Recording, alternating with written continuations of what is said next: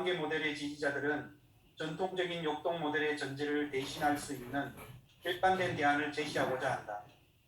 호남 모델 이론가들은 역동 구조 모델과 관계 구조 모델 중 하나를 선택하는 대신 두 모델을 동등한 위치에서 통합하는 전략을 사용한다. 하트만, 말러, 제이콥슨, 컴버그도 프로이드처럼 조정 전략을 사용했다. 하트만은 자아를 초기 대상 관계에서 발생한 것으로 보았다. 그는 외부 세계와의 관계를 매개하는 자아의 기능을 상세히 설명하면서 심리경제 이론 안에서 환경이 갖는 역할을 강조했다. 말러는 아동이 어머니와의 공생적 융합으로부터 분리 개별화의 다양한 단계를 거쳐 발달하는 과정을 관찰했다. 그녀는 하트만이 대략적으로 묘사했던 평균적으로 기대되는 환경이 무엇인지를 구체적으로 보여주었다. 말러는 자기와 대상의 관계의 변화라는 관점에서 발달 과정을 설명했다. 제이콥스는 대상 관계와 상호작용하는 자기를 설명했다. 그러므로서 그녀는 말러의 관찰을 자료의 깊이를 더해 주었다. 컴버그는 말러와 제이콥슨의 이론을 클라인과 페어베언의 이론과 통합하고자 했다. 컴버그는 일단 형성된 역동은 보존적 모델을 따라 작동하지만 역동을 형성하는 재료는 타자와의 관계에서 비롯된 정서라고 보았다. 그는 역동 구조 모델의 용어를 사용했지만 오히려 그의 이론은 프로이드의 가장 초기의 이론과 관계 모델의 이론들과 비슷하다. 우리는 정신분석학 안에 존재하는 두 번째 전략을 살펴보았다. 클라인의 이론은 차츰 관계적 관계를 전제를 받아들임으로써 과도기적 성격을 갖게 되었다. 그녀의 이론이 가지고 있는 대부분의 문제는 그녀가 정서적 삶의 주된 특징이 외부로부터 온다는 역동 모델의 전제를 유지하면서 관계적 개념을 발전시킨 데서 비롯되었다. 설리반과 페어베어는 역동 모델과 완전히 결번하는 쪽을 선택했다. 설리반 이론의 많은 부분은 프로이드의 임상적 관찰들을 관계적인 맥락에서 재해석한 것이었다. 이와 비슷하게 페어베어는 대상과의 관계를 맺고 싶어하는 기본 욕구를 통해 프로이드가 제시한 쾌락 원리와 반복 감각을 설명했다. 위니카스는 분명하게 드러내놓지는 않았지만 순수한 관계구조 이론을 발전시켰다. 그가 자신의 혁신적인 생각을 기존의 이론과 병렬시킨 것은 보존적 이론에 대한 그의 충성심 때문이었다. 발란트가 자신의 관계 모델 입장에서 물러선 것도 보존적 이론에 대한 충성심 때문이었다. 이러한 이론들을 토대로 하여 코옷은 자신의 호남 모델을 형성할 수 있었다. 코옷의 이론의 많은 부분은 관계 모델 이론과 놀랄 만큼 유사하다. 코옷의 이론은 관계 모델의 독특한 특징을 가지고 있다. 또한 샌들러 이론의 변화 과정을 살펴보았는데 그의 이론의 중심은 오랜 시간을 두고 역동 구조 모델에서 관계 구조 모델 쪽으로 옮겨갔다. 언급된 모든 이론가들은 인간의 삶을 역동적으로 바라본다. 그들은 우리의 삶이 갈등하고 화해해야 하는 다양한 동기들 사이의 복잡한 상호작용을 통해 결정된다고 생각한다. 그들은 인간의 동기 중 많은 부분이 정상적인 의식 밖에서 활동한다는 사실을 인정한다. 여기서 설리반이 무의식이라는 개념을 사용하는 것을 다소 망설였다는 사실만 제외하고 그렇게 인정한다. 역동구조 이론가에 있어서 억압된 무의식은 사회 안에서 거부된 계통 발생적으로 결정된 성과 공격적 충동의 파생물로 이루어져 있다. 관계구조 모델가에 있어서 무의식은 거의 거부된 자기와 타자들에 대한 특별한 이미지들로 이루어져 있다. 전략과 자리매김이라는 용어는 우리가 의식적으로 무언가를 보완해낸다는 인상을 줄든지 모른다. 그러나 그것은 결코 우리의 의도가 아니다. 모든 정신분석학 이론가들은 하나의 모델 또는 하나의 형이상학적 믿음을 토대로 작업한다. 역동 모델의 지지자에게 있어서 조정의 전략은 자연스러운 결과이며 관계 모델 이론가에 있어서 급진적 대안 전략은 역시 자연스러운 결과이다. 네, 여기까지 우선 좀 멈춰서면서 이 챕터에서 이 부분이 지금까지 우리 공부한 내용 전체를 요약해 놓은 거죠. 그래서 처음 여기서 얘기하고 있는 조정 전략들이라고 하는 것은 역동 중심 이론을 기본으로 해서 역동 중심 이론을 떠나지 않으면서도 관계 이론들을 수용해 나가려고 하는 조정 전략가들을 설명을 하고 있죠. 거기에 조정 전략을 발달시켰던 게 하인츠 하트만 그리고 마가렛 말러 그리고 제이콥슨, 컴버그 이런 분들 중심의 이론이에요. 그리고 이 급진적인 대안 전략이라고 하는 것은 역동 이론을 벗어나서 순수한 관계 모델로 정신 분석을 이해하신 분들이죠. 그래서 여기서는 정도의 차이는 있어요. 대안들이라고 하는 게 급진적이라고 하지만 역동 이론에서 월별하는 정도가 학자마다 다르죠. 멜라니 클라인 같으면 어떤 면에서는 아직도 역동 이론을 온전히 벗어나지 않으면서도 또 실제 이론 자체는 올터너티브죠. 대안 이론이죠. 관계 이론으로 갔지만 사실은 프로이드로부터의 독립선언을 하지 않은 상태에서 갔기 때문에 그 부분이 계속 애매한 부분으로 남아있는 부분이 되겠죠. 그렇지만 가장 순수한 이론과 폐변에 대한 그리고는 우리가 대인관계 쪽의 이론가들의 이론도 대안들이죠. 우리가 특히 설리반의 이론은 역동 이론을 기반으로 하지 않죠. 그리고 또 대안 이론 속에는 위니캇은 애매하긴 한데 관계 이론가로 봐야 되는 상황이고, 그리고 해리 건트립 또 자기 독특한 대인관계적 이론에 가까운 이론들이니까 그래 관계 이론이에요.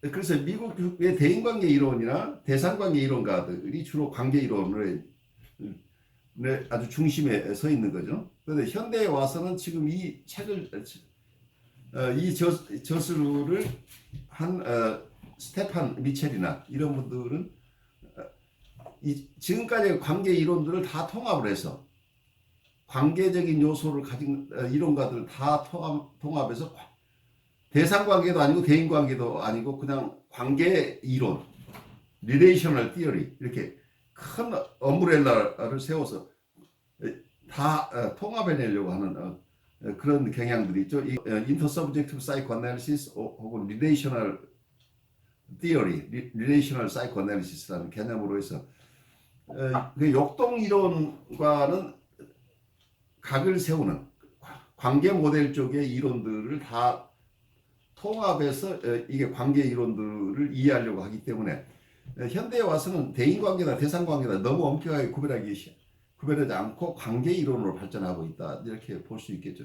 아직도 그래서 전통적인 프로이디안 개념 클래시컬한 이론들은 아직도 이고 사이콜로지가 버티고 있으니까 이 클래시컬한 이론 그리고 이고 사이콜로지스트들이 한쪽 진영을 이루고 있고 또 한쪽은 관계 이론가들로 이렇게 분류되는데 이 어떤 분류된 이런 두 개의 큰 흐름은 프로이드 때부터 계속되고 있다고 보이죠. 그래서 이것을 인위적으로 통합해낸다. 아까 우리가 우선 대안 이론과 조정 이론 얘기를 했는데 호남 이론을 가지신 분은 우리가 공부했던 코엇의 이론 그리고 조셉 샌들러의 이론, 이분들은 이 두 가지를 거의 손대지 않으면서 양립시키려고 하는 이론이죠. 동등한 비중을 두어서 하나의 체계로 받아들이려고 하는데, 그래서 크게 봐서는 전통적인 이론을 고수하는 그룹과 전통적인 이고 사이콜로지스트들 혹은 클래식한 정신분석가들이 있고 그로부터의 대안을 가진 순수한 관계 이론가들이 있고, 역동 이론은 어느 정도 조정을 해서 역동 이론 속에 대인관계 이론을 포함시키려고 하는 이런 조정 그룹이 있죠. 조정하려고 하는 그룹. 그리고 나서는 이 두 개를 크게 손대지 않고 동등한 비중으로 통합하려고 하는 이런 노력도 그래서 아주 다양한 어떤 그룹들이 형성되어 있는데,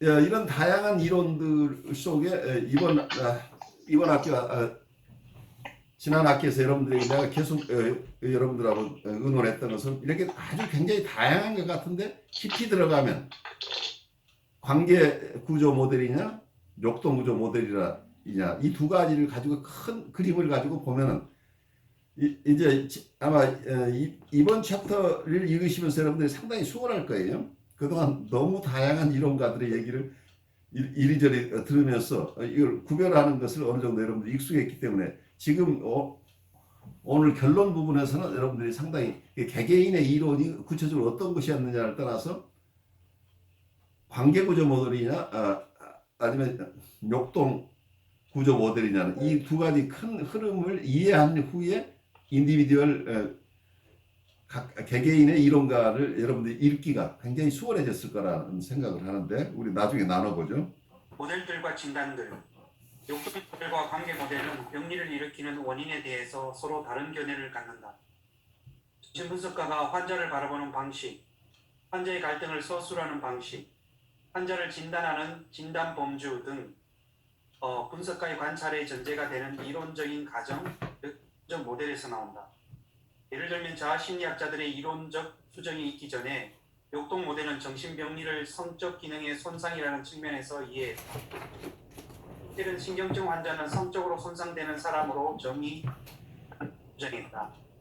페니켈은 신경증 환자가 적절한 이성의 상대자를 발견하는 능력, 정력, 절정에 도달하는 능력, 충분히 즐기는 능력에 장애가 있다고 보았다. 카렌 오나이는 성적 환상이 무의식의 주요 내용을 구성한다는 입장에는 반대했다. 그는 성적 장애가 신경증을 일으킨다는 견해도 거부했다. 그녀는 많은 신경증 환자들이 완전한 오르가즘을 누릴 수 있다는 사실을 관찰했으며 따라서 페니켈의 견해에 대해 직접적으로 이의를 제기했다. 정신분석 진단을 위해 이해하기 위해서는 정신분석학 이론에 대해 잘 알고 있어야 한다. 프로이드에게 있어서 정신분석은 신경적 증상을 완화시키기 위한 치료법이었다. 프로이드는 성인의 신경증적 정신병리가 비투스 시기에 발생한 유아의 신경증에서 비롯되었다고 보았다. 이러한 갈등은 어느 정도 안정되고 통합된 자아를 바탕으로 한다. 자기감을 형성하지 못한 보다 심각한 장애를 지닌 환자는 정신분석을 통해 치료될 수 없다고 생각했다. 따라서 프로이드의 치료법은 역동에서 발생한 충동이 일으키는 갈등을 해결하는 데 초점을 두고 있다. 관계모델 이론가들은 신경증보다 더 심한 장애도 정신분석을 통해 치료될 수 있다고 보았다. 관계모델 이론가들의 이러한 중증장애 정신분열, 설리반의 이론, 분열적 문제 폐허배연, 경계성장애 컴버그, 자기애적 장애 코어 등으로 다양하게 진단했다. 여기서 여러분들이 조금 이해해야 될 게 관계 모델 이론 쪽에서는 어쨌든 신경증적인 환자층의 중심으로 놓지 않는다고 하는 거죠. 그래서 에더퍼스 컴플렉스 중심으로 환자를 돌보는 클래식한 입장을 취하지 않기 때문에 중증 환자다, 경증 환자다 구별하지 않고 다 똑같은 모델을 가지고 본다는 얘기예요. 그래서 미국의 대인관계, 설리반이나 나중에 캐런 오나이나 이런 분들이 미국에서 활동했을 때 이분들의 환자는 대인관계 환자는 신경증이 아니다 구별을 하지 않고 봤고 영국의 대상관계 이론들도 마찬가지죠. 그래서 대인관계나 대상관계에서는 환자층을 신경증적인 환자를 대상으로 한다는 클래식한 이론을 수용하지 않기 때문에 더 넓은 환자층, 모든 환자를 다 보는 이론 쪽으로 갔다는 얘기예요. 그래서 프로이드가 봤던 것은 자기가 코식으로 얘기하자면 셀프 코히시브니스가 어느 정도 자기 응집력이 있는 환자만을 환자층으로 봤기 때문에 이런 정도의 자아 강도가 있는 사람들이나 혹은 코시그 얘기로 하자면 자기 응집성을 가진 사람들이니까 이분들은 해석적인 치료가 가능하다는 얘기죠. 그러니까 인식의 오류, 무엇이 잘 되고 잘못됐는지, 무엇 때문에 정서적인 어려움이 있는지 하는 것을 잘 설명해주고 해석해주면 이분이 통찰해낼 수 있는 능력이 있는 사람이기 때문에 치료가 된다는 얘기. 그래서 여기서는 지식을 중심으로 하고 있죠. 아는 것이 힘이다는 거죠. 결국은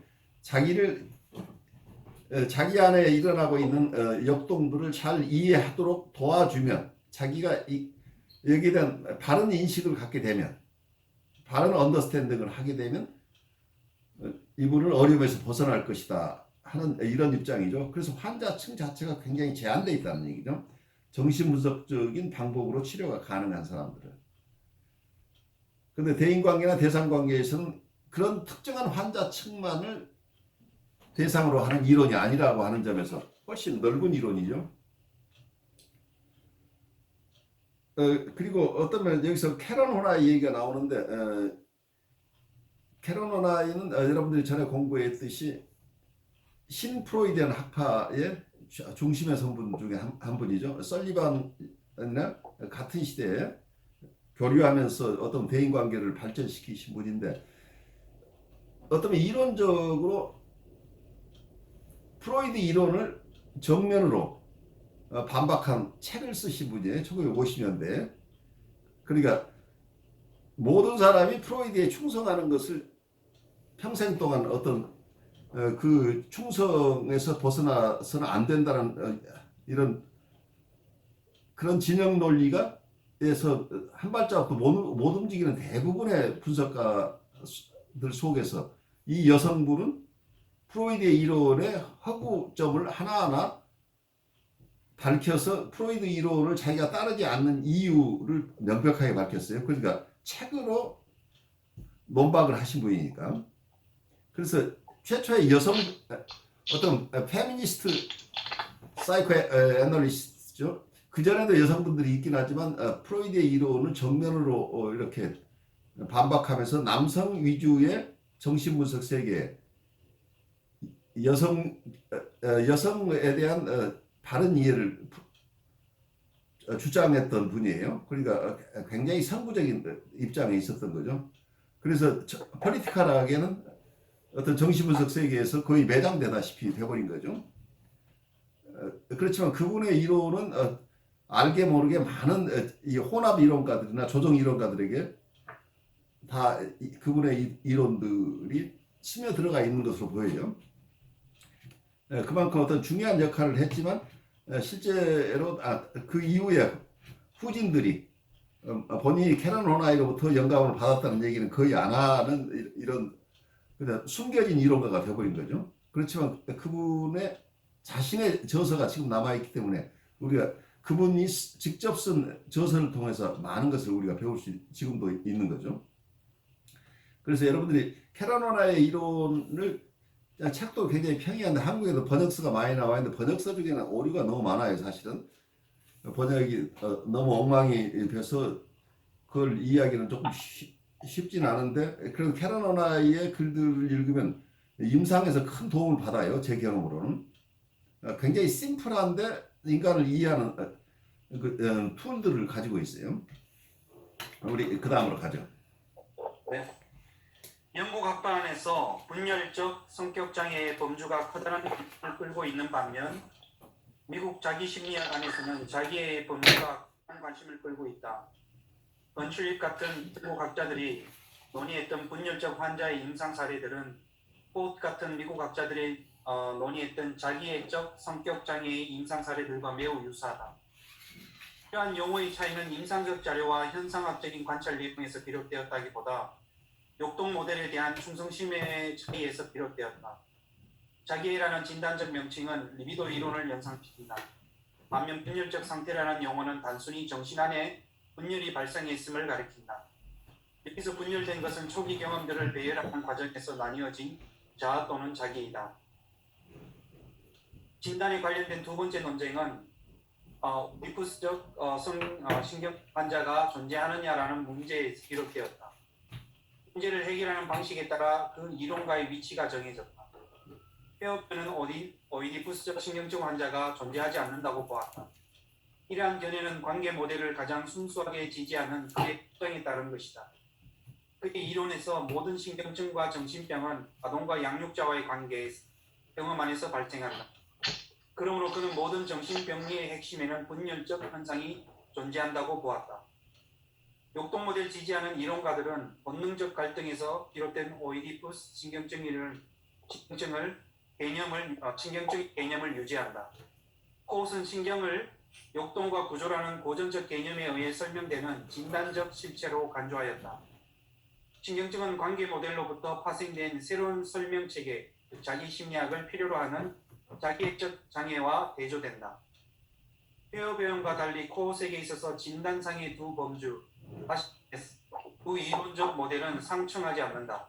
그는 두 범주가 공존한다고 가정함으로써 고전적 모델과의 연속성을 유지하면서 동시에 보다 심각한 병리를 설명해주는 관계 모델을 수용하고자 한다.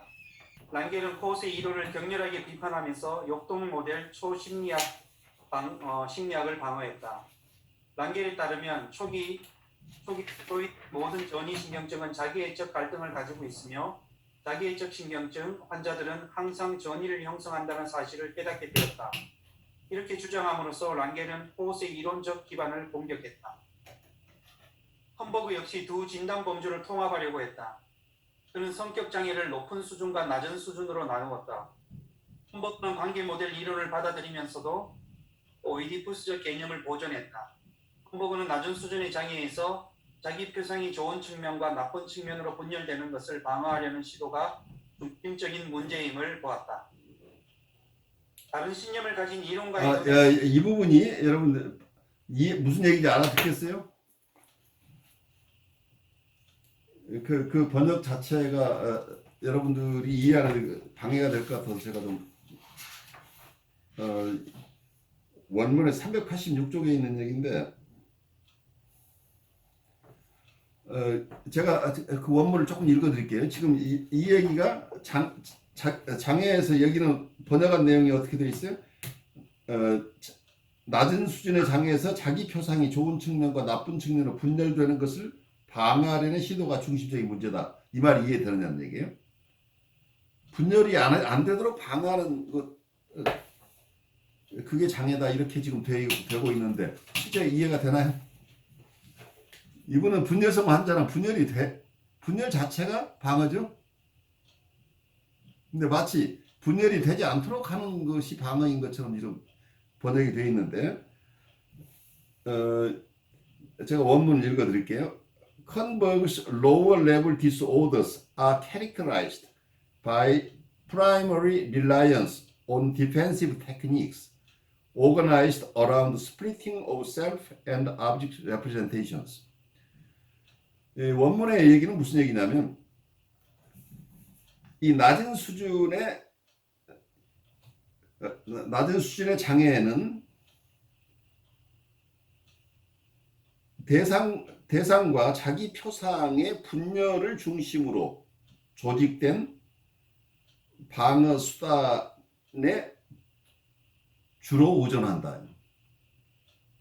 여기서 방어 수단이 디펜시브 테크닉이 뭐냐면은 이때 스플리팅이라는 얘기예요. 스플리팅 중심의 방어 기법들, 방어 수단들에 주로 의존하는 이런 분들이 lower level, 여기서 낮은 수준의 장애를 가진 분이다. 그러니까 lower level disorder하고 higher level disorders라고 하는 게 기능이 현저하게 더 낮은, 그러니까 병리가 낮다는 게 아니고 병리가 더 심각한 거예요. 사실은 lower level disorder는 우리말로 번역하면 이것도 좀 어렵죠. 뭐라고 얘기했어? 낮은 수준의 장애라고 하는데 실제는 장애가 낮다는 게 아니고 이분의 정신 발달 상태가 더 로우하다고 봐야 되는 개념이에요. 그러니까 아직 이게 초기 단계에서 발생한 어떤 병리를 가지신 분을 얘기하는 거죠. 그러니까 우리가 뭐라고 표현하는 게 좋을까? 번역을 해놓으면 이게 말의 뜻이 달라져 버린다면 낮은 수준의 병리면 병리가 약한 것 같은데 그게 아니고 여기서는 lower level이라고 하는 이분의 정신 기능이 아직 더 미발달한 환자, 그 발달 장애에 기인한 어떤 초기 발달에 문제가 있는 분, 그 수준, 초기 발달 수준에서 발생한 병리라고 여기서 로어 레벨을 이해를 하시면 이분들은 주로 방어 수단이 분열을 통해서 방어를 한다는 얘기죠. 그래서 여기서 분열 중심의 방어 기제를 사용하는 분들을 로워 레벨 디스오더라고 그런 하이어 레벨은 뭘 중심으로 해요? 이게 에더펄 뉴로시스는 리프레션 억압 중심이라는 얘기예요. 리프레션을 할 수 있다고 하는 것, 그 억압을 할 수 있는 것은 에더퍼스 컴플렉스를 경험한 사람들만이 그 초자가 발생하면서 초자 기능 프로이드식으로 얘기하면 초자를 중심으로 어떤 억압을 할 수 있는 능력을 가진 거라는 얘기예요. 그래서 프리에더퍼런 환자들은 아직은 억압할 능력 자체가 없는 상태에서 일어난 정신병리들이에요. 그런 점에서 로워 레벨과 하이어 레벨은 발달 단계로 여러분들 이해하시면 좋을 것 같아요. 그 말에 우리말로 번역했으면 낮은 수준의 여기서 장애라고 하는 장애가 낮은 게 장애는 더 현저해요. 그러니까 발달 수준이 아직 낮은 발달 수준에 있는 환자층, 그리고 어떤 정신 발달 단계가 하이어 레벨에 간 비교적 발달한 사람들의 정신병리가 신경증이라는 얘기죠. 어떤 면에서는. 그래서 우리가 자기애적 환자, 보더라인 환자 이런 분들 우리가 쭉 얘기를 하는 것은 아직은 뉴라틱한 수준, 뉴로시스, 프로이드가 봤던 에디퍼스 컴플렉스는 제3자 관계죠. 3자 관계를 수용할 수 있는, 그러니까 어린아이는 처음에는 어머니만 대상이잖아요. 아버지도 어머니와 같은 기능으로만 이해가 돼요. 그래서 자기하고 대상이 구별되지 않은 상태에서 아이들은 발달을 시작하죠. 엄마와 자기가 한 몸인 상태에서 여기서 독립이 일어나야 그 뒤에 아버지라는 존재가 독특한 존재로 들어오죠. 그래서 어머니하고만 살던 시대에서 아버지랑 같이 사는 시대로 바뀐다는 얘기예요. 이게 에디퍼스 컴플렉스죠. 그때 정서적으로 드러나는 게 어머니를 차지하기 위해서 아버지를 없애버리고 싶은 욕구가, 이제 이런 삼자 간의 관계가 일어나죠. 그래서 이때는 어머니도 자기하고 독립된 존재가 됐다는 걸 얘기를 하죠.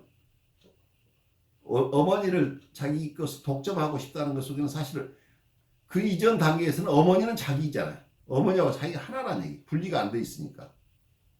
근데 어머니가 자기하고 다른 사람인데 너무도 자기에게 필요한 사람이기 때문에 어머니는 자기를 만족시켜주는 사람은 남아있어야 되고, 그리고 아버지가 자기하고 경쟁 구도 속에 들어온다는 것은 대상들이 각각 독립된 대상이라는 것을 이해하게 됐다는 얘기죠.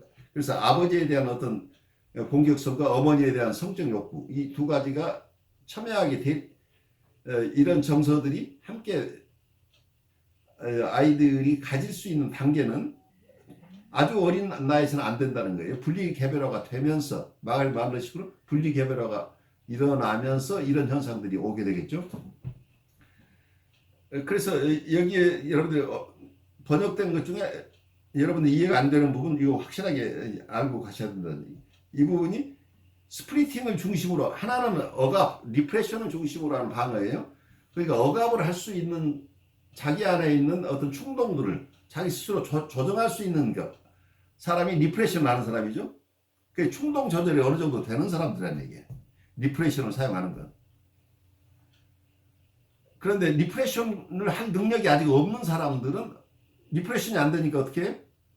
바로 분열시켜서 자기가 좋은 대상과 나쁜 대상으로 이렇게 대상을 쪼개버리죠. 통합되지 않은 대상을 만나게 되는 거죠. 대상 표상도 좋고 나쁜 것으로 분열시킬 수 있겠고, 자기 표상도 좋고 나쁜 것으로 분리시켜버릴 수 있겠죠. 그래서 통합된 자아라는 응집력이 약한 거죠. 대상도 전체로서의 대상이 파악이 안 된다는 얘기예요. 이제 이런 상태에서는 방어 수단이 스플리팅을 하는 이유가 좋기도 하고 나쁘기도 한 대상으로 보다는 자기에게 좋은 측면을 보존하기 위해서는 나쁜 측면과 좋은 측면을 분리시켜서 좋은 측면을 보호해내려고 하는 어떤 수단일 수도 있겠죠. 그래서 나쁜 표상은 외부에 투사하죠. 분열에서 투사까지 일어나는 게 투사적 동일시라는 개념을 우리가 사용을 하죠. 많은 경우에. 투사나 프로젝션이나 여기서 스플리팅이라고 하는 분열이 원시적인 방어 기제라고 하는 게 이 부분이에요. 아직 우리의 심리 구조가 충분하게 발달하지 않은 단계에서는 아직은 억압의 기능이 없다는 거예요. 억압은 어떤 이고의 기능인데 이고에 아직 힘이 없어서 억압할 능력이 없는 초기 단계에서는 분열 중심으로 방어가 일어난다. 이렇게 이해하시고 가죠. 다른 신념을 가진 이론가의 눈에는 동일한 환자라도 매우 다른 존재로 보인다. 프로이드는 환자에게서 성적 공격적 충동에서 비롯된 갈등과 증오를 보았다.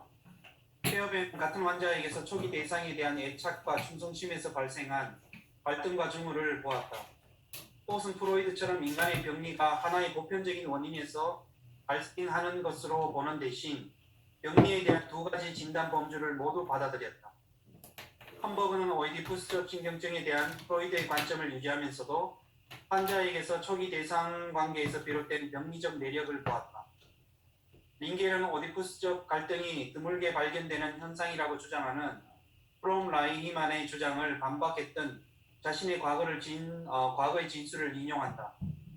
심리 내적인 병리의 깊이에 따라 분석 기술이 결정된다. 심리 표면만 다루는 심리 치료나 정신 분석은 오이디푸스적 갈등이 예외적인 것이라고 주장할 권리가 없다. 링겔은 특정한 분석 기술을 통해서만 정신의 가장 깊은 층을 다룰 수 있다고 생각했다.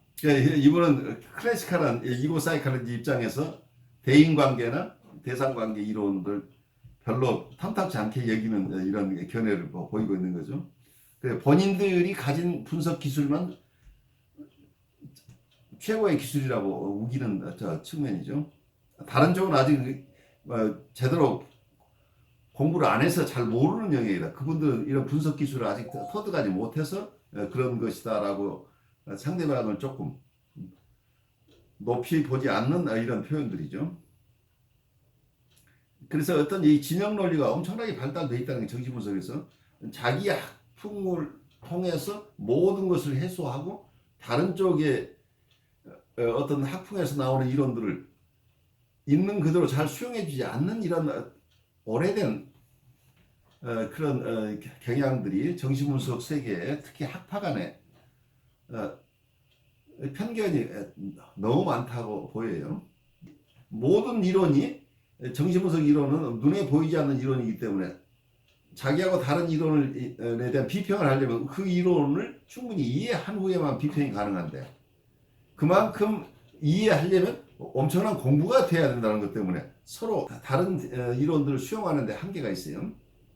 하나의 이론만 가지고 공부하는데도 시간이 엄청 걸리는데 거기에도 방대한 어떤 저서들이 있고 논문들이 있기 때문에 그런데 자기가 속하는 이론과 다른 이론을 소화해내려면 자기 이론을 먼저 충실히 소화를 해야 되니까 이 과정이 우선 엄청 걸리고 그 이후에 다른 이론까지 섭렵하는데 많은 시간을 가져야 되는데 그만큼 충분하게 시간을 쏟으려면 많은 노력이 필요한데 그게 충분히 되지 않은 상태에서 상대방의 이론들을 평가하기 시작하면 편견에 쌓일 가능성이 굉장히 높죠. 그래서 어떤 면은 정신분석이라는 큰 틀 속에 많은 이론가들의 이론을 세세하게 들어가기 이전에 우선 큰 범주로부터 이해하고자 했던 게 이번 강좌에서 제가 기획했던 것이에요. 여러분들이 앞으로 계속해서 많은 이론들 읽어 나갈 텐데 여러분 나름대로 정신분석 세계 전체의 그림을 우선 아웃라인을 가져야 그 속에 이제 하나하나를 충실하게 읽어갈 수 있을 것이다 하는 생각 때문에 여러분과 두 학기 동안 이렇게 애를 쓰고 있는데 지금쯤이면 여러분들이 이제 많이 익숙해 있으리라고 생각이 돼요. 모델들과 정신분석 기술. 똥 모델과 관계 모델은 인간 본성에 대한 서로 다른 전망을 가지고 있으며 따라서 그 모델들에서 발제해온 분석 기술 또한 서로 다르다. 욕동 모델 분석가에게 있어서 환자는 마음속에 있는 병인적 갈등을 갖고 치료를 받으러 온다. 욕동 모델에서 환자와 분석과의 관계는 개인과 대상들 사이의 관계와 비슷하다. 역동 모델에 속하는 이론가들은 환자가 분석가와 맺는 관계를 전이라는 관점에서 이해한다. 전이의 내용은 초기 대상에 대한 욕구와 그 욕구에 대한 방어로 이루어진다. 분석가가 환자의 전이를 방해하지 않는다면, 또한 환자의 병리가 분석 가능한 수준이라면 처음에는 조금씩 드러나던 환자의 초기 경험은 전이 신경증의 형태로 완전히 드러나게 된다. 역전이 역시 전이와 유사한 방식으로 설명된다. 그것은 해결되지 않은 분석가의 신경증적 갈등을 나타내는 신호이다. 환자의 성격은 분석가의 억압된 무의식을 건드려 역전이를 촉발시킨다. 이것은 마치 꿈이 낮의 경험에 의해 촉발되는 것과 비슷하다. 분석가가 자신의 역전이 경험을 표현하는 것은 환자의 전이를 방해하기 때문에 치료에 장애가 된다. 전이처럼 역전이도 더 깊은 분석이 필요하다는 신호이다. 관계 모델 분석가에 있어서 분석 상황은 본래적으로 양자 단일체적이다. 그들은 분석 상황이 분석가와 환자의 상호작용을 통해 전개된다고 믿는다. 관계 모델 분석가는 독특한 성격을 가진 개인으로서 환자가 부여한 다양한 역할을 수행할 뿐만 아니라 환자의 반응을 촉발시키기도 한다. 분석가가 무엇을 하든 그가 환자에게 성공적으로 반응하든 아니면 실패하든 분석가의 행동은 전이 패러다임을 형성한다. 분석가는 환자에 대한 자신의 느낌을 통해 환자가 다른 사람들과 맺는 관계의 유형을 이해할 수 있게 된다. 진정한 정서적 접촉이 발생하면서 환자는 이 개인 관계에서 알지 못했던 친밀함과 자유를 느낀다.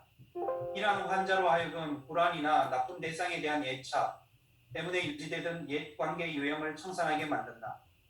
관계 모델의 치료 기법은 환자의 저항을 억압된 내용으로 떠오르게 하는 것에 대한 도구로 보지 않고 인간으로서의 분석가에 대한 환자의 반응으로 본다. 인간의 발달을 보는 두 모델의 관점이 다르기 때문에 두 모델의 치료법에서도 차이가 날 수밖에 없다. 역동구조 모델 안에서 발달은 유아기 충동이 구조화되고 단일화된 목적 아래 통합되어 가는 과정이다. 정신분석 치료는 무의식적 내용을 의식화하고 유아기적 역동을 조절하는 자아의 기능을 강화시키는 것을 목적으로 한다. 따라서 정신분석의 목표와 치료는 자아의 힘을 증가시킴으로써 역동에 대한 자신의 지식과 지배력을 확대하는 것으로 요약된다.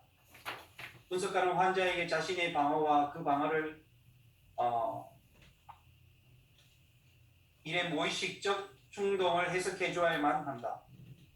해석을 통해 자아는 깨어있는 상태에서 갈등과 대면하며 그럼으로써 갈등의 내용을 의식화할 수 있게 된다. 지식을 강조하는 역동구조 모델의 입장은 전이의 치료적 역할을 강조하는 데서도 자연스럽게 나타난다. 분석가가 객관적인 태도를 유지할 수 있다면 옛 갈등을 다시 드러내는 전이는 분석가에게 갈등을 해석할 기회를 준다. 해석은 유일한 치료약인 통찰을 가져온다. 진정한 정신분석의 치료 효과는 지식에서 나온다. 관계 모델 분석가도 정신분석을 통해 멈추어진 환자의 발달을 회복시킬 수 있다고 믿는다. 그러나 관계 모델에서 발달을 결정하는 가장 중요한 요소는 초기 관계의 질이다. 따라서 치료를 결정하는 요소도 분석가와 환자의 관계의 질이 될 수밖에 없다. 관계 모델 분석가들은 환자를 폐쇄된 원시적 대상 세계 안에서 살아가는 신경증적 증후를 가진 존재로 본다. 관계 모델 분석가들도 해석을 한다. 그러나 그들은 해석을 통해서 진정한 치유가 일어난다고 보지 않는다. 진정한 치유는 분석가와 환자 사이의 관계를 통해서 일어난다. 여기에서 굉장히 중요한 차이가 나죠. 역동 구조 모델에서는 지식이 중심이죠.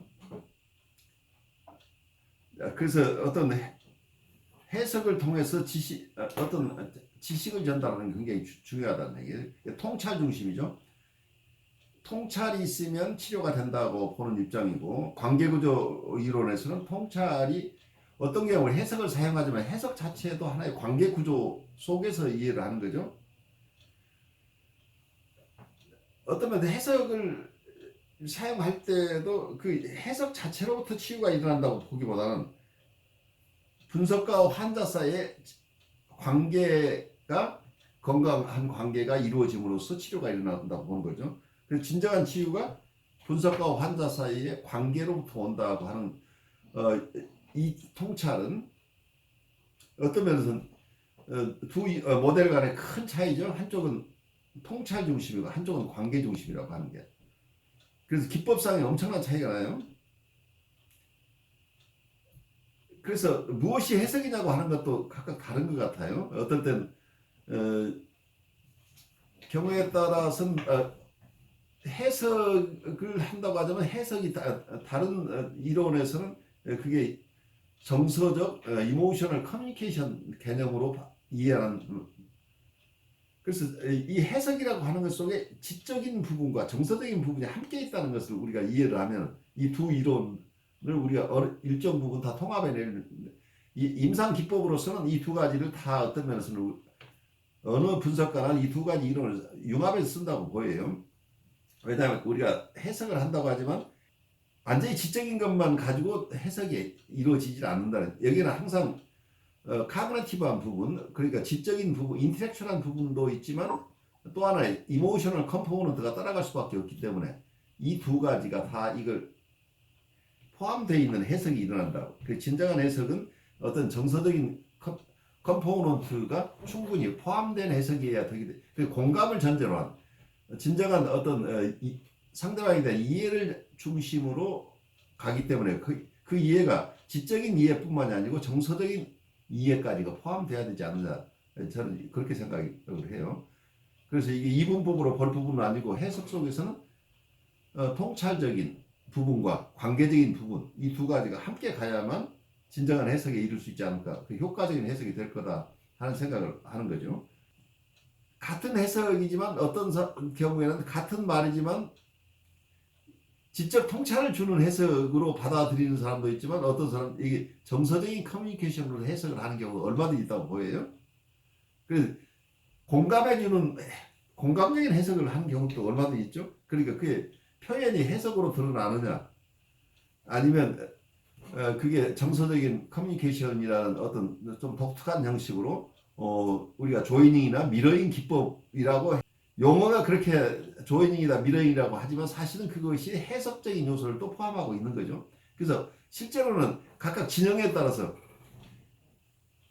임상사항은 같은 건데도 이걸 보는 사람에 따라 이분은 해석을 중심으로 하고 있다고 하는데 다른 사람이 보면 이게 해석이 아니라 이분은 정서적인 커뮤니케이션을 하고 있다고 보는 것도, 어느 쪽에 더 포커스를 많이 맞추느냐에 따라서 임상에 대한 해석도 달라지죠. 임상을, 본인의 임상과 다른 사람의 임상에 대한 이해 자체도 그분이 서 있는 이론적인 입장이 어디냐에 따라서 굉장히 다르게 해석들이 된다고 보여요.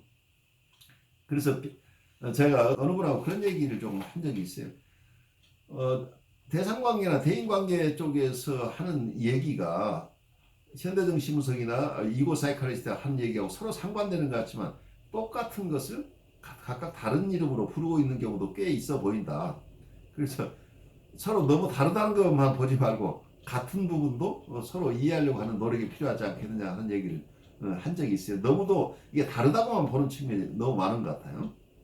실제 임상 상황 속에서는 이 두 가지가 섞여 있다고 해요. 분석가들은 역동 구조 모델과 관계 구조 모델을 통합하려고 했던 것처럼 그 과정에 대한 견해도 통합하려고 시도했다. 최근 그다는 관심을 불러일으킨 시도들은 관계적 모델에서 비롯된 연구들을 수용하면서 역동 모델의 치료 이론을 보존하고자 한다. 이러한 혼합에는 두 가지 기본적인 전략이 사용되고 있다. 여기 우선 조금 제가 거기 넘어가기 전에 여러분들 번역 속에 조금 어려움이 있는 게 또 하나 발견된 게 599쪽 책에 보시면은 599쪽의 맨 마지막에 저항이라는 개념이 나오죠. 거기 누가 한번 읽어보시겠어요? 저항은 하고 밑에서 두 번째 줄. 저항은 다른 사람과의 불안정하고 파괴적인 관계 유형을 위협적인 것으로 인식하는 관계적 과정이다. 이 말이 무슨 말인지 알아들으실 수 있겠나요?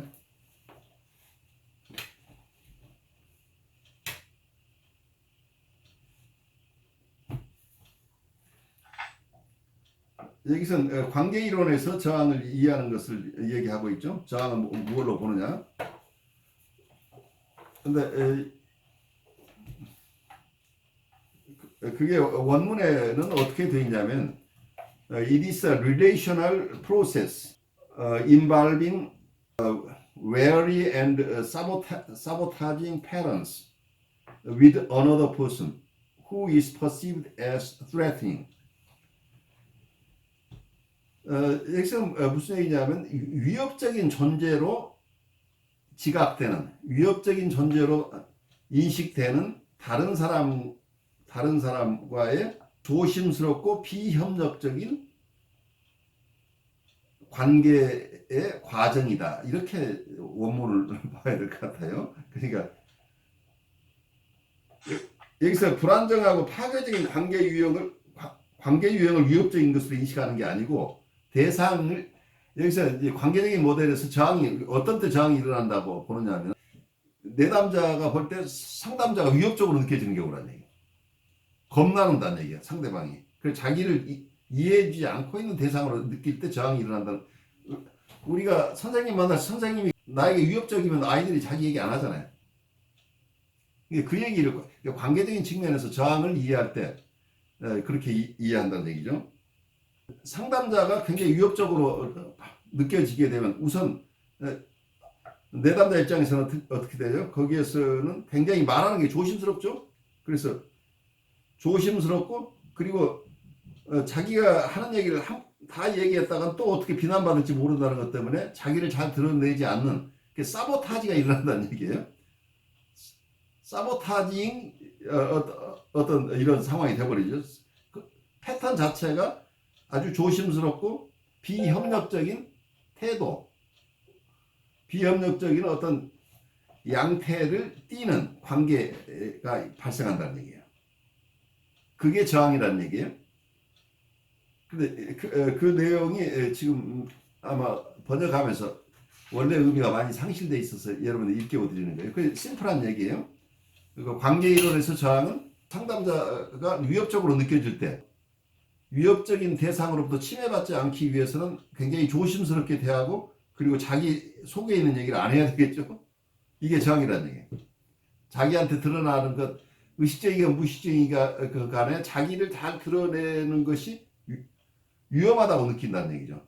그래서 아주 조심스럽고 비협조적인 태도가 나오는데 이것 자체도 의식적인 경우도 있고 무의식적이죠. 왜냐하면 우리가 겁나는 대상이 있으면 우리가 우선 얼어붙잖아요. 나를 이해해주지 않는 대상에 대해서 우리가 그 대상과의 관계 안에서 어떤 프로세스들이 나를 잘 이해해주는 사람을 만났을 때하고는 전혀 다른 모습이 나오죠. 그래서 충분하게 이해받지 못하는 상황에서 위협적인 대상과의 관계에서 양자 간의 관계에서 일어나는 어떤 프로세스를 이걸 저항이라고 한다는 얘기예요. 분석가들은 역동구조 모델과 관계구조 모델을 통합하려고 했던 것처럼 분석 과정에 대한 견해도 통합하려고 시도했다. 최근에 커다란 관심을 불러일으킨 시도들은 관계적 모델에서 비롯된 연구들을 수용하면서 역동 모델의 치료 이론을 보존하고자 한다. 이러한 혼합에는 두 가지 기본적인 전략이 사용되고 있다. 그중 하나는 정신 분석 과정을 본질적으로 서로 다른 두 개의 치료 단계로 나누는 전략이다. 다른 하나는 분석가와 환자가 친밀한 관계를 맺는 과정을 통찰지향적인 해석을 위한 선행 조건으로 보는 전략이다. 첫 번째 전략은 분석적 치료에는 통찰을 이루어지는 치료 관계를 통해 이루어지는 치료 두 가지가 있다는 생각을 바탕으로 치료 방법에 따라 진단 범주를 구별한다. 이를 따르는 분석가들은 프로이드의 역동과 갈등 이론에 잘 들어맞는 환자 집단이 있으며 그런 환자들은 해석을 통한 통찰로 치료된다고 생각한다. 반면 그들은 보다 장애가 심한 환자 집단을 설명하는 데에는 병인을 초기 관계의 실패에서 찾는 관계 이론이 더 적합하다고 본다. 첫 번째 전략은 심각한 병리에 대한 혁신적인 이론을 받아들이면서도 신경증과 분석적 과정에 대한 프로이드의 견해를 가능하면 그대로 유지하려고 한다. 코옷은 자기애적 성격 장애를 진단할 때 이 전략을 사용했다. 어쩌면 이 코옷의 전략이 혼합 전략, 샌들러의 전략도 조셉 샌들러도 혼합 전략을 썼는데 현대정신은 스파틴스가 창설한 현대정신분석의 전략도 혼합 전략이에요. 그래서 자객적인 상태에 머물러 있는 환자가 초기 단계 환자로 있는 동안은 이모셔널 커뮤니케이션 중심으로 해석을 사용하지 않고 치료를 해요. 그 관계 중심의 치료가 일어나죠. 그렇지만 이런 과정을 통해서 내담자의 이고가 강화돼서 전이 형태를 자객적 전이와 대상 전이로 구별을 해요. 그러니까 대상 전이 단계에 간다는. 그러니까 대상 전이 단계는 우리가 신경증적인 환자가 가지고 있는 전이에요. 자기애적인 환자는 자기와 대상을 구별을 잘 못해요. 그렇지만 이 정도 신경증적 레벨에 가게 되면 그때부터는 해석을 얼마든지 사용할 수 있다고 봐요. 그래서 혼합 모델이라고 보는 거죠. 그래서 코우세 입장이나 코우세 자기심리학이나 현대정신분석 입장에서는 이 환자층을 중심으로 기법이 달라지고 있다고 이해하시면 좋겠어요. 스트롤로와 라크만도 마찬가지로 환자를 두 집단으로 나눈다.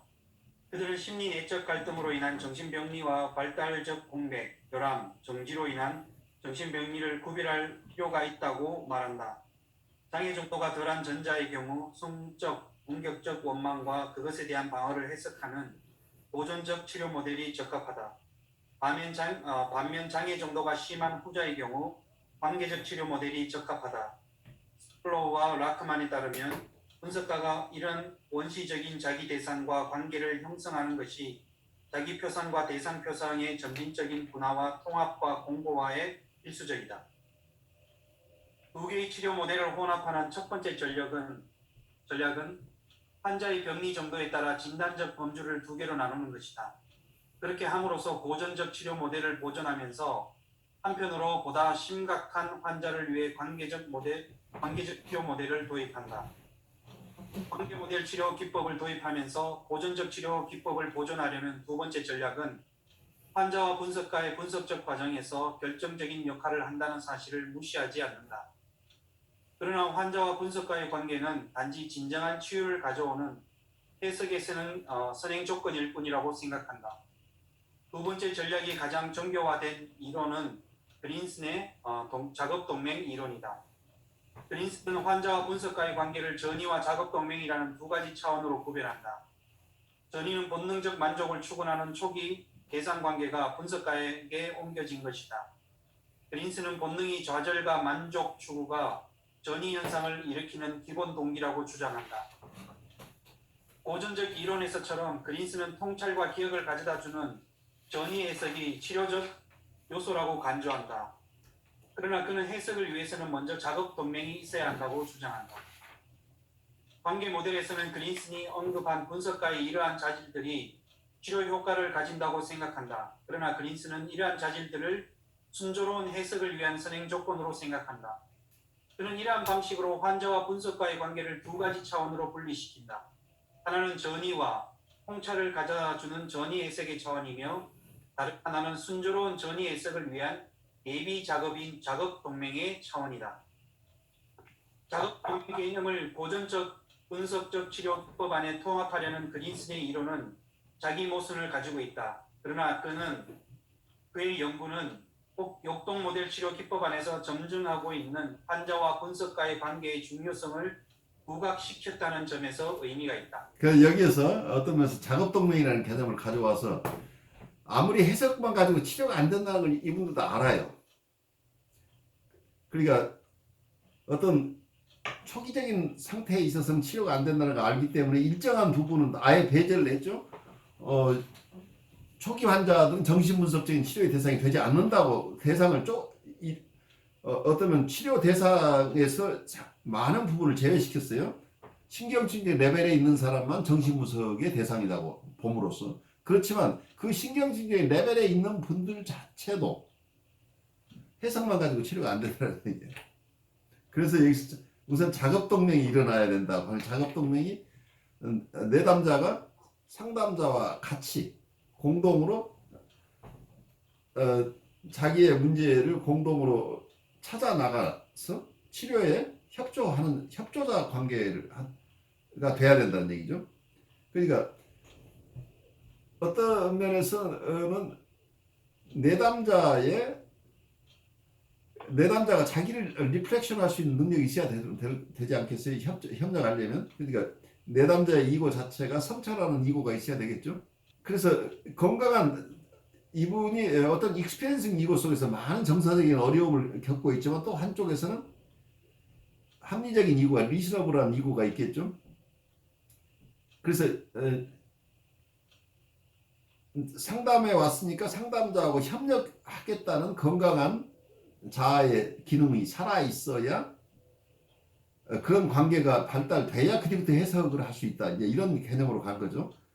해석을 하기 위한 선행 조건이 우선 치료 동맹, 여기서는 작업 동맹, 이분은 작업 동맹이라고 얘기하는 또 다른 분은 이거 치료 동맹이라고 그래요. 그래서 치료 동맹이나 작업 동맹이라 뭐라고 얘기를 하건 이 두 사람 간의 협력 관계라는 게 대상 관계잖아요. 결국 대상 관계가 이루어지고 나서 해석이 돼야 된다는 얘기가 되잖아. 그러니까 이 속에 이 개념을 통해서 대상 관계를 끌고 들어오는 치료 관계에서. 근데 이런 작업 동맹의 개념을 다 이고 사이칼리스트나 클래시컬한 정신분석가들이 다 인정하는 것은 아니에요. 이것은 하나의 의견이에요. 많은 분이 그러니까 역동 이론 쪽에서 치료 관계를 끌고 가는데 이 작업 동맹 개념이 실제로 프랙티컬이 필요하다는 쪽에서 찬성하는 분석가나 이론가들이 많이 있지만 또 한쪽에서는 찰스 브레너 같은 분은 이 작업동 개념이 오히려 혼란을 가져온다고 봐요. 작업동맹이라고 하는 것 자체가 전이라는 얘기예요. 이것이 철저하게 분석돼야 된다는 얘기예요. 그러니까 선생님과 협조하겠다는 게 뭐예요? 결국은 치료자에 협력하겠다는 것 자체가 어떤 이상화된 대상으로 어떤 치료자를 보아야 되는 부분이잖아요. 그래서 거기에는 이미 전이 관계가 숨겨져 있다는 거예요. 그래서 어떤 면에서는 이거 자체가 정신분석이 되려면 이 사람 안에 있는 우리하고 좋은 정서도 있지만 분노도 있고 여러 억압된 정서가 있을 텐데 작업동맹 쪽에서 작업이 일어나 버린다고 한다면 이분이 일정 부분 계속해서 억압하고 있는 부분이 일어날 수 있겠죠. 협조한다는 것 때문에 자기가 치료를 받으러 왔는데 자기가 치료에 상당 부분을 책임을 지는 사람으로 기능하도록 이렇게 요구하고 있는 거죠. 그래서 당신이 스스로 치료할 만한 능력이 협조할 만한 능력이 없으면 여기 정신분석 치료의 대상이 아니라고 보는 상황이 되겠죠. 그래서 이거 스트렝스가 상당히 있는 사람 이 정도면은 별로 어떤 면은 치료자에 와서 치료를 받지 않아도 자기 스스로 성찰할 수 있는 정도의 이고가 있는 사람이죠. 이렇게 되면 그 작업동맹이라고 하는 정도까지 할 수 있으려면 상당한 이고 스트렝스가 있어야 되는데 요즘 상담에 오는 분은 대부분 이런 이고 스트렝스가 없는 분이 대부분이다라는 게 이게 현실이라는 얘기예요. 그래서 클래시컬한 이론만 가지고는 보완할 수 없는 환자층들에 대한 여러분들의 이해가 굉장히 중요해요. 왜냐하면 대부분의 환자들은 많은 경우에 이런 뉴라틱한 수준보다는 프리에더프란 수준의 이슈들을 더 많이 가지고 있기 때문이에요. 그래서 작업동맹이라는 개념 자체도 비판의 대상이 될 수 있다는 것을 여러분들이 이해를 하고 그러니까 어때요? 누군가 상담하는데 저 사람이 나한테 협조하지 않아서 내가 막 분노가 일어난다면 이거 자체도 우리 역적의 문제예요. 이 사람은 협조하는 것 자체가 지금 전혀 문제가 있을 수 있어요. 왜냐하면 너무 협조적이라고 하는 얘기는 과거에 무조건 권위자에게 순종했던 그 과거의 패턴을 여기서 재현하고 있을 가능성이 높잖아요. 이게 과거에 굉장히 순종적이었던 사람은 치료에 와서도 굉장히 순종적인 모습으로 드러나요. 굉장히 좋은 환자가 되기 위해서 애를 쓰고 있다고 한다면 이거 자체가 분석 대상이라는 얘기예요. 이게 찰스 브레너가 봤다. 근데 지금 여기서 얘기하는 작업동맹을 주장하는 그린슨 입장에서는 내담자가 협조적인 상태까지 가야 해석이 제대로 되니까 그린슨의 책을 보면 아주 재밌어요. 이분이 자기 환자 사례를 쭉 얘기를 했는데 6개월간 치료했는데 그때 보니까 이 사람이 정신분석적으로 치료할 대상이 아니더라. 그래서 처음부터 환자 선정을 잘못했다고 해서 정신분석이 아니라 정신분석이 아닌 치료자, 정신분석적인 이긴 치료가 아닌 심리치료자에게 환자를 보내는 이런 얘기들이 나와요. 그러니까 이분은 몇 개월씩 하다가 이게 이 환자가 아닌가 봐 하는 이런 사례들을 가지고 나오는데 그거가 그 사례를 보면 좀 굉장히 나름대로 자기 이론을 가지고 이론을 정당화한다고 사례를 가지고 왔는데 어쩌면 내가 3개월이고 6개월이고 상담자가 내담자가 어떤 사람인지도 모르는 상태에서 3개월 6개월 치료를 했어요. 그러다가 나중에 보니까 이게 아니라고 그래서 그때 가서야 이게 내가 정신분석적인 치료를 받을 수 없는 자객 미달의 환자를 내가 정신분석적으로 치료했다는 자각이 일어나서 그때 환자를 다른 사람한테 보냈다. 이런 기록들이 나온다는 얘기예요. 그러니까 이게 너무 아티피셜한 얘기들이에요. 계속해서 그렇게 하고 있는 것도 문제고 그럴 능력이 없는 사람도 대부분이죠. 그리고 특히 프리에더파론 환자들은 작업동맹을 할 수 없는 사람들이에요. 그 프리에더파론 환자들은 작업동맹 자체를 강요하는 것 자체가 굉장히 치매적이죠. 그 얘기는 뭐예요? 선생님 말 잘 들으라는 얘기잖아요. 그러니까 이게 치료자 쪽에 여전히 문제들이 이 속에 숨겨져 있을 가능성이 있죠. 너무 힘드니까.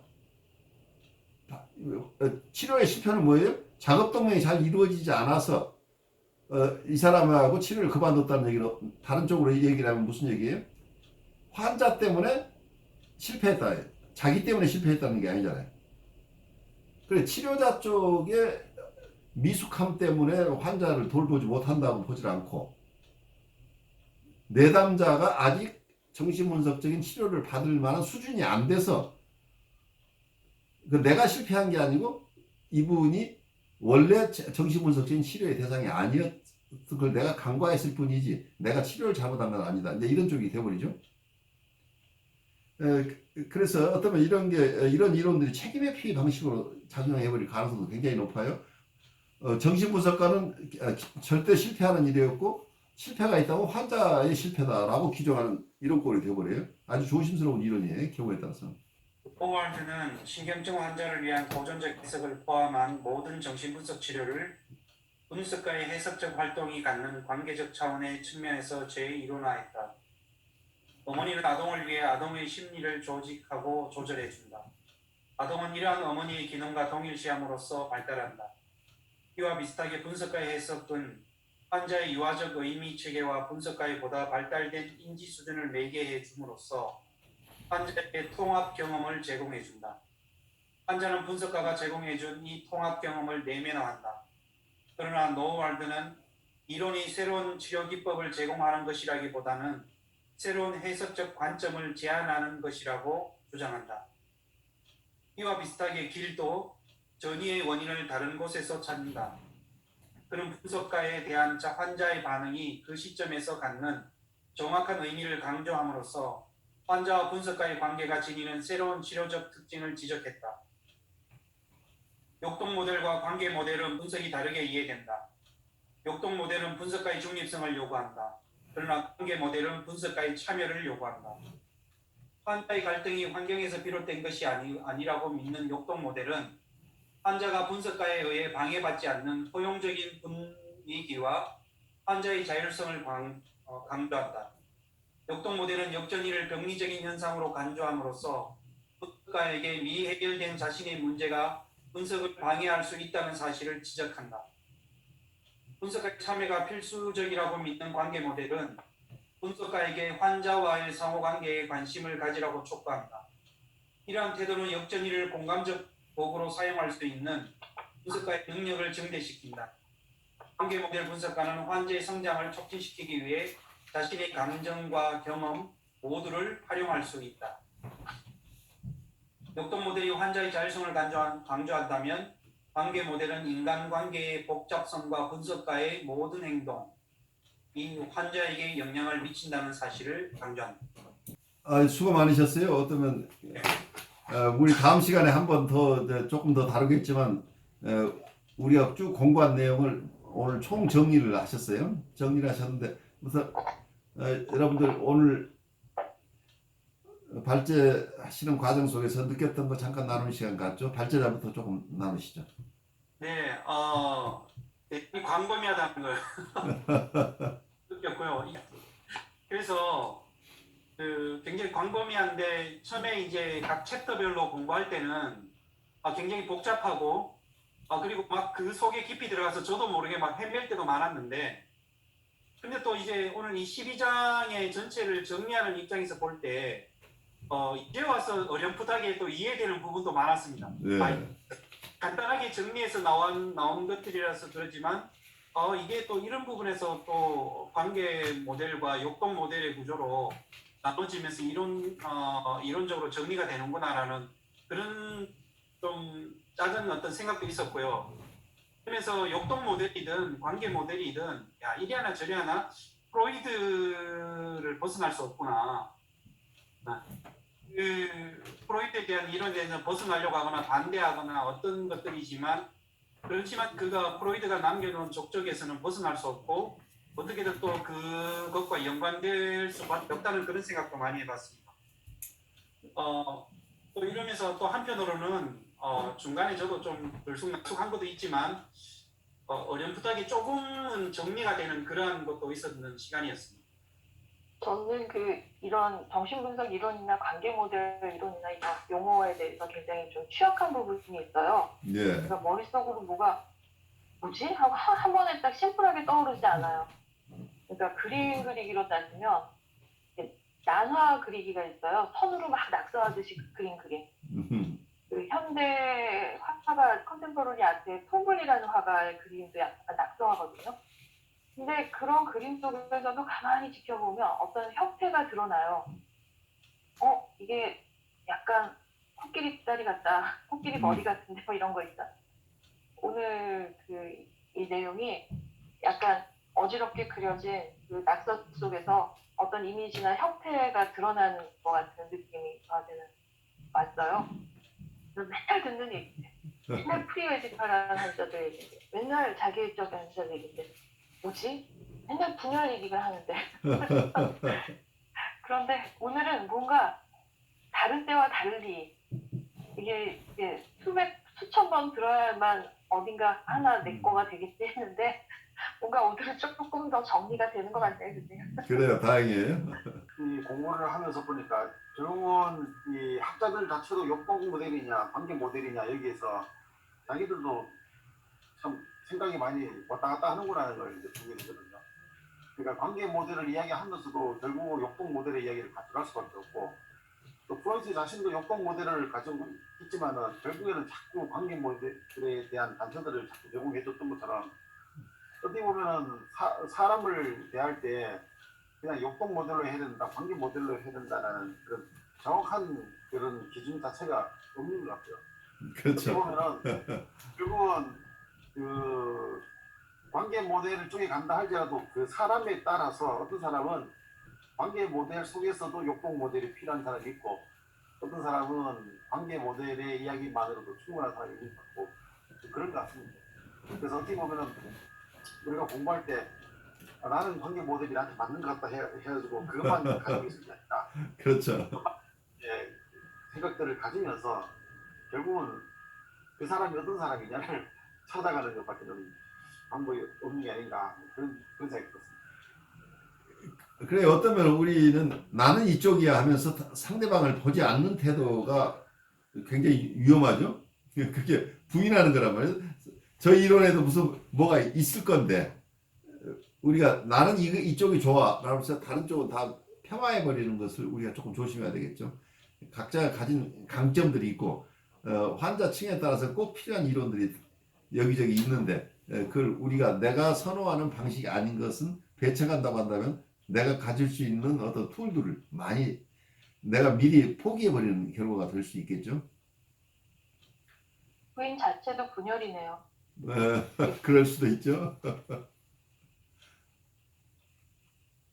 네, 저도 그 좀 연결해서 덧붙여 보면 오늘 책 읽으면서 한 가지 인상적으로 다가왔던 게 뭐냐면 뭐 저도 지금 배우는 입장에서 있지만 어설프게 어떤 클라이언트나 어떤 내담자를 만나면서 어설프게 어떤 분석하고 진단했던 이런 것들도 경험이 있지만 한 가지 좀 인상 깊게 다가왔던 것은 이런 많은 이론가 분석가들이 그 자기들이 바라보는 어떤 기준점이 있는 그 이론이 있고 그걸 가지고 또 다른 것들을 이제 통합하는 어떤 그것을 가지고 접근한다라는 그런 책의 내용이 좀 저한테도 그런 부분에서 저한테 좀 크게 다가왔던 것 같습니다.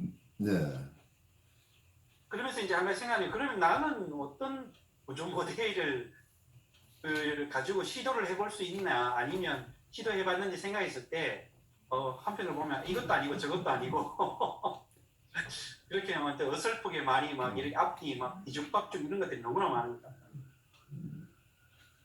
그런 거 보면은 어떻게 보면은 이제 결과를 빨리 끌어당기고 싶을 때 우리가 해석을 막 써버리는 거. 그렇죠. 근데 관계 모델이라는 것은 우리 경험상 알고 있는 거는 관계 모델이 더 인격적인 관계를 형성하고 더 맞는 것 같다고 생각이 들더라도 시간이 많이 걸리고 그리고 또 실질적으로 관계 모델을 적용하려고 그러면 이 치료자 입장에서도 상담자 입장에서도 굉장히 에너지를 가지고 있어야 되거든요. 그러니까 참여자가 돼야 되니까 이거 굉장히 부담이죠. 네, 그러니까 그거를 어느 정도 되고 나면은 해석을 가지고 와가지고 어떻게 보면은 뭐 쉽게 말하면은 빨리 이걸 끝내버리고 싶다 내지는 나도 좀 쉬고 싶다 이런 이제 그런 것 때문에 좀 더 성급하게 해석을 빨리 땡겨와가지고 던져주고는 말하자면은 용돈 모델이 환자의 자율성을 강조한다라는 말이 어떻게 보면 이제 니 알아서 해라 하고 줘버리는 그렇죠. 네 책임이다죠. 그러다 우리가 뒤죽박죽 되는 것 같아요. 그러니까 CBT 모델에서도 이제 그런 거예요. 어떤 인식을 가느냐, 어떻게 인지를 어떻게 가져느냐에 따라서 생각이나 행동이 달라진다. 그러니까 인식만 바꿔주면 될 거 아니에요.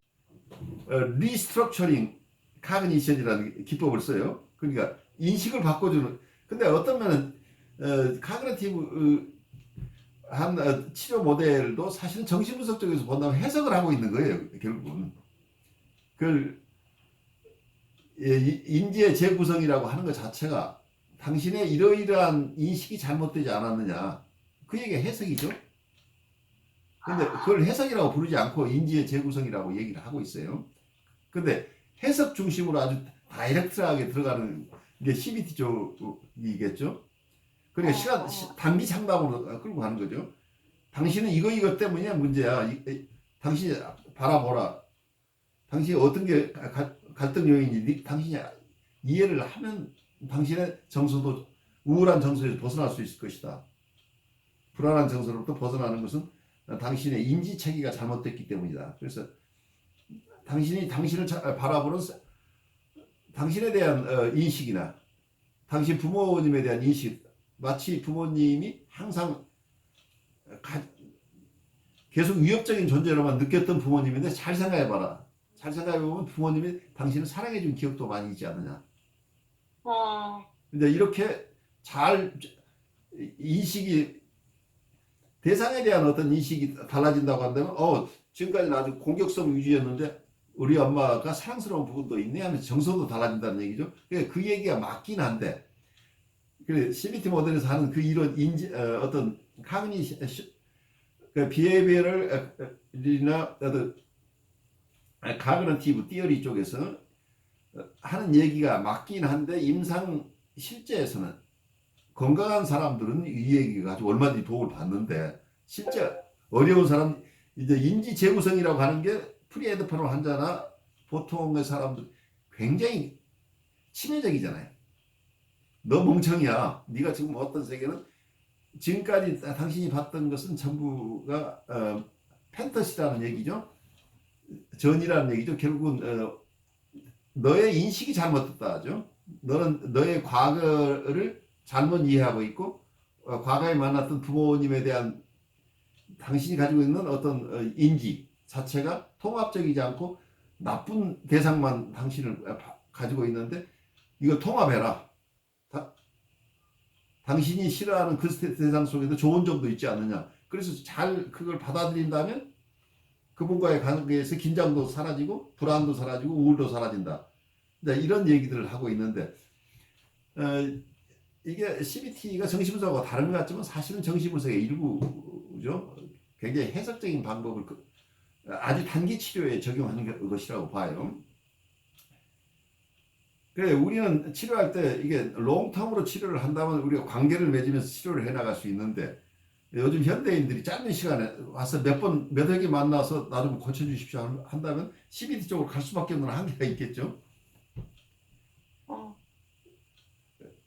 그래서 여러분들이 종합적으로 이해를 한다고 한다면 내게 주어진 시간, 환경 이것이 내가 어떤 기법으로 이분을 돌볼 수 있는가 하는 외부적인 제약도 있는 부분이죠. 저는 오늘 그걸 들으면서 이전에도 제가 말씀드린 것처럼 이 욕동 모델이랑 그 대상관계 모델을 저는 항상 상호 보완적이거나 이 경우에 따라서 좀 다르게 생각해야 되지 않나 이런 쪽의 아이디어가 자꾸 생기는 것 같은 게 치료 쪽에서 인간을 본다는 의미도 한편으로는 저한테는 중요한 것 같고 또 한편으로는 뭐 예술이나 어떤 다른 문화적인 것을 이해하는 어떤 도구로서도 정신분석이 좋은 측면이 있기 때문에 그래서 항상 때에 따라서 아니면 상호 보완적으로 좀 하는 게 좋지 않을까 또 어떤 법이 있다기보다는 그렇게 좀 생각을 하게 되는 것 같고 오늘 내용을 들으면서 작업동매에 대한 얘기가 되게 크게 다가왔어요. 그래서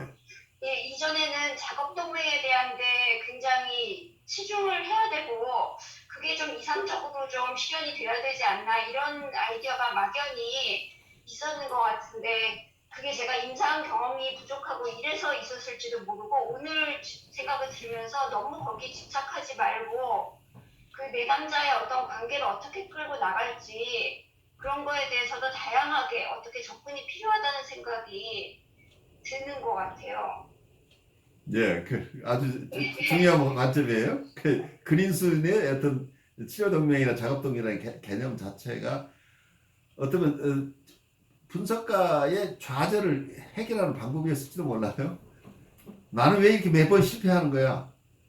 이건 내가 실패한 게 아니고 이 사람이 이 고급스러운 정신분석적인 치료를 받아낼 수 없을 아직은 성숙하지 못한 사람이어서 안 되는 거야. 라는 자기 변명에 가까울 수도 있다는 경우에 따라. 그래서 어떤 면에서 협조하지 않는 것이 원래의 모습이죠. 근데 치료회까지 와서 협조하라고 하는 것 자체가 그게 무리한 요구일 수 있다고 하는 거죠. 그러면 이미 거기에서는 어떤 과거의 패턴하고 연결돼서 그 반응 자체가 전이 반응인데 이걸 전이하고 작업동을 구별해 내놓고 있다는 것 자체가 인위적이에요. 어떤 면에서는. 아무래도 환자층이 좀 다양하긴 하지만 제가 주로 만났던 대부분의 환자가 프리메디컬 쪽이에요. 그러시죠? 네. 아까 근데 이게 자아강도 그러는데 정말 내가 만나는 환자가 자아강도가 어느 정도 된다면 정신과까지 오지 않죠. 그렇죠. 네.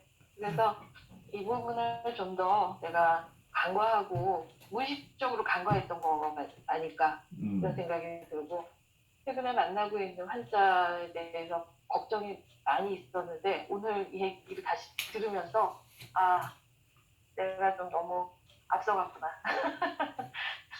또 한 번 반성합니다. 제가 사실은 여기까지인가 제가 들었는데 오늘 수업을 하면서 굉장히 재밌고 가깝게 잘 듣고 있었습니다. 그래요. 다행이에요.